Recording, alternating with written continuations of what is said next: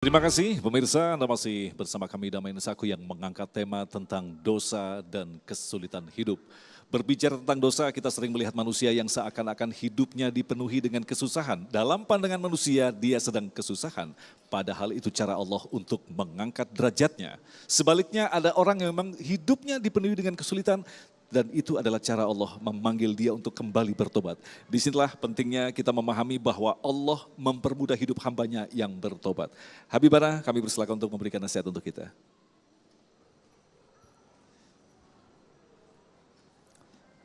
Bismillahirrahmanirrahim. Assalamualaikum warahmatullahi wabarakatuh.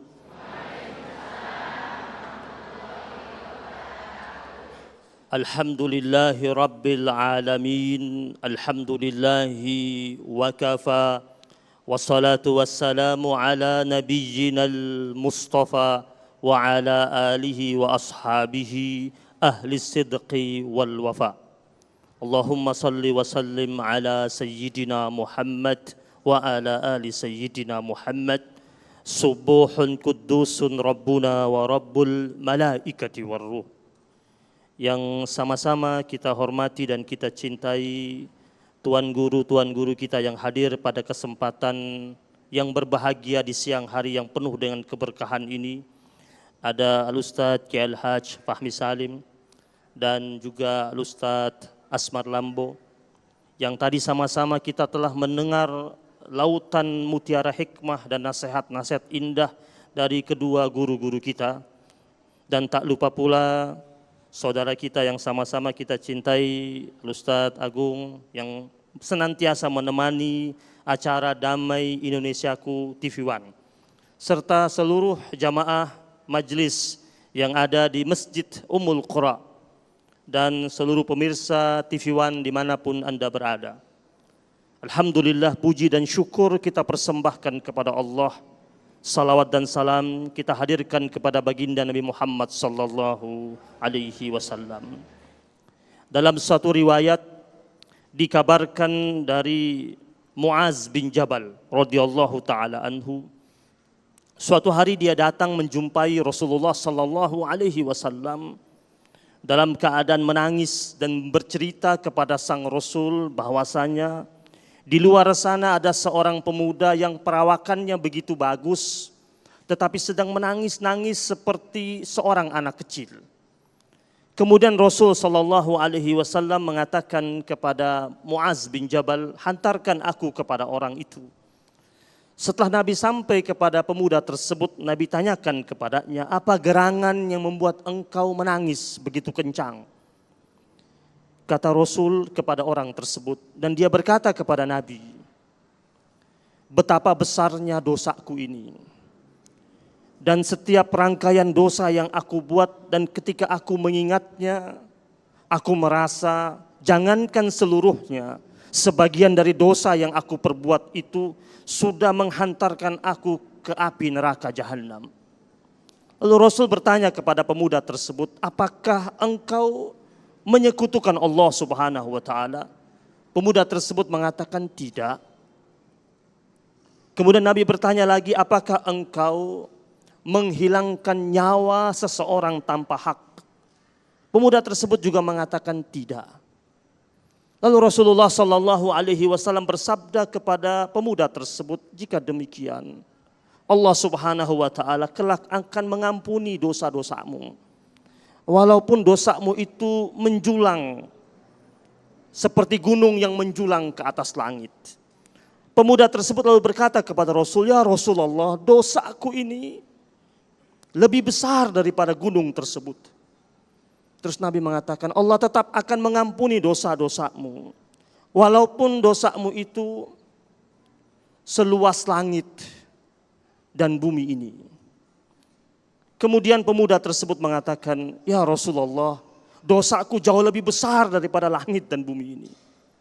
Kemudian Nabi berkata lagi kepadanya, Allah akan mengampuni dosa-dosamu, walaupun dosamu itu seperti isi langit dan bumi ini, ditambah dengan bintang gemintang, ditambah dengan singgasana sampai kursinya Allah Subhanahu wa taala. Dan pemuda tersebut tetap mengatakan kepada sang Rasul sambil tetap menangis, Dia berkata, "Ya Rasulullah, dosaku jauh lebih besar lagi daripada itu." Pada saat itu dalam riwayat hadis tersebut, Rasul wajahnya berubah jadi merah. Nabi kalau marah, merah mukanya.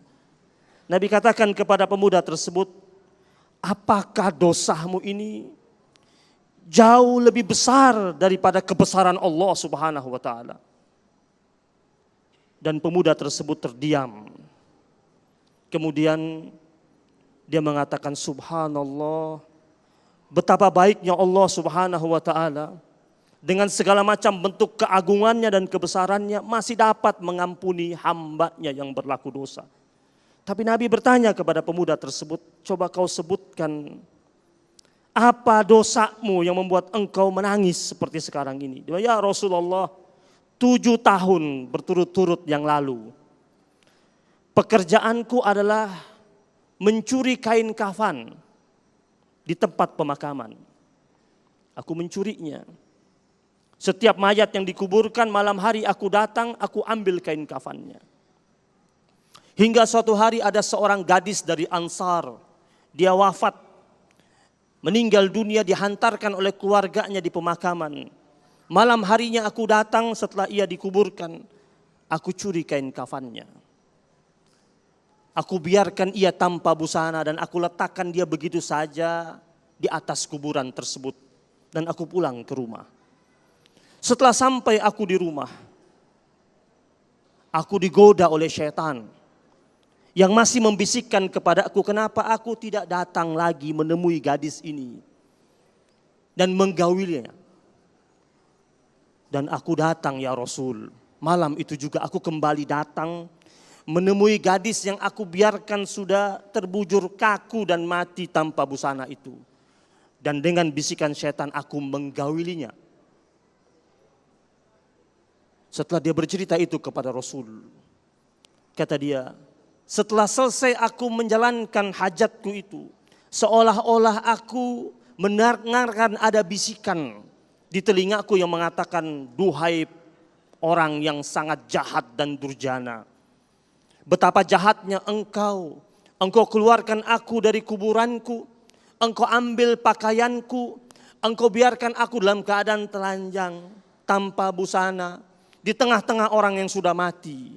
Dan engkau tinggalkan aku dalam keadaan junub setelah engkau melaksanakan hajatmu. Ya Rasulullah, bisikan ini bertubi-tubi datang kepada aku dan aku dihantui oleh kejahatan yang telah aku buat. Aku merasa dikejar-kejar oleh dosa. Dalam riwayat pada saat itu Rasulullah SAW menatap tajam pemuda tersebut. Dan sambil Nabi menunjuk ke wajahnya, Nabi katakan, enyahlah engkau dari hadapanku. Aku khawatir, kata Rasul, aku takut api dosamu akan membakarku juga. Orang seperti engkau mana mungkin dekat dengan surga, engkau semakin dekat dengan nerakamu. Pemuda tersebut pergi dari hadapan Rasulullah SAW. Kemudian dia ambil bekalnya, dia menjauh dari kota. Selama 40 hari dia menangis, menyesali segala macam bentuk dosanya dan maksiatnya, sampai dia berkata kepada Allah, Ya Rab, kalau benar-benar engkau menerima taubatku, permohonan ampunku, tolong engkau wahyukan kepada nabimu, agar aku ini betul-betul telah dimaafkan oleh engkau. Jika tidak engkau maafkan aku ya Allah, aku minta saat ini juga, timpakan aku hukuman dengan engkau membakarku di dunia. Karena aku sangat takut jika engkau bakar aku di akhirat. Jamaah yang dimuliakan Allah Subhanahu wa taala. Setelah 40 hari itu, Rasul sallallahu alaihi wasallam mendapatkan wahyu Allah Subhanahu wa taala, surat Ali Imran ayat 135 sampai 136. Walladzina idza fa'alu fahishatan aw zalamu anfusahum dzakarullah fastaghfaru li dzunubihim wa may yaghfiru dzunuba illallah wa lam yusirru ala ma fa'alu wa hum ya'lamun. Ayat ini turun dan ketika sampai kepada Rasulullah sallallahu alaihi wasallam, Nabi keluar sambil membaca firman Allah tersebut, sambil tersenyum dan berkata kepada sahabat-sahabatnya, mana orang itu Dan ketika sahabat menghantar Nabi kepada orang tersebut, Nabi kembali mensitir firman Allah surat Al-Imran ayat 135 sampai 136 ini. Dan Nabi katakan kepadanya, engkau telah diampuni oleh Allah Subhanahu wa taala. Dan Nabi menengok kepada para sahabat-sahabatnya, wahai para sahabat-sahabat, jika kalian sedang berada dalam muara dosa, dalam lingkaran kemaksiatan, lakukanlah seperti orang ini tadi, yang begitu sangat menyesali terhadap dosa yang dia perbuat. Salah seorang ulama pernah berkata, bahwasanya manuzzila bala illa bizambin, wa ma rufi'a bala illa bitaubatin. Bala, hukuman, azab, siksa tidak akan turun kecuali ketika itu ada maksiat, ada dosa. Tetapi juga bala tidak akan diangkat kecuali hamba Allah segera bertaubat kepada Allah Subhanahu wa taala. Barakallahu fikum. Wassalamualaikum warahmatullahi wabarakatuh. Waalaikumsalam warahmatullahi wabarakatuh. Luar biasa sebuah kisah yang memberikan pencerahan kepada kita betapa Allah maha luas ampunannya. Dan tentu saja di segmen berikutnya nanti kita akan dalami tema kita. Untuk itu kami persilakan Sasa menyampaikan pertanyaan yang untuk guru-guru kita, silakan.